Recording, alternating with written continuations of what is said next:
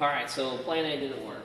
I tried to unplug the harness right here and I couldn't do it. So what I did is I just loosened everything up. I unbolted the hinges directly from the door, and then I just slid the door over. It's sitting on this chair right here. So now this gives me plenty of room where I can get a drill in here and replace these pins, and then we'll just bolt the door back up.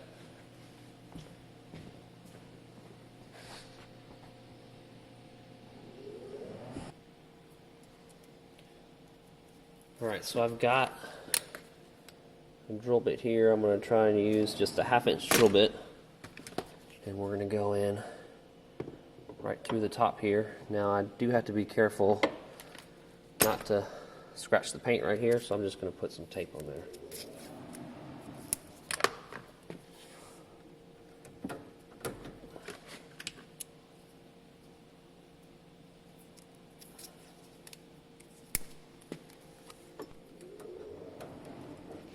That way, if I do end up bumping it with the drill, it won't cause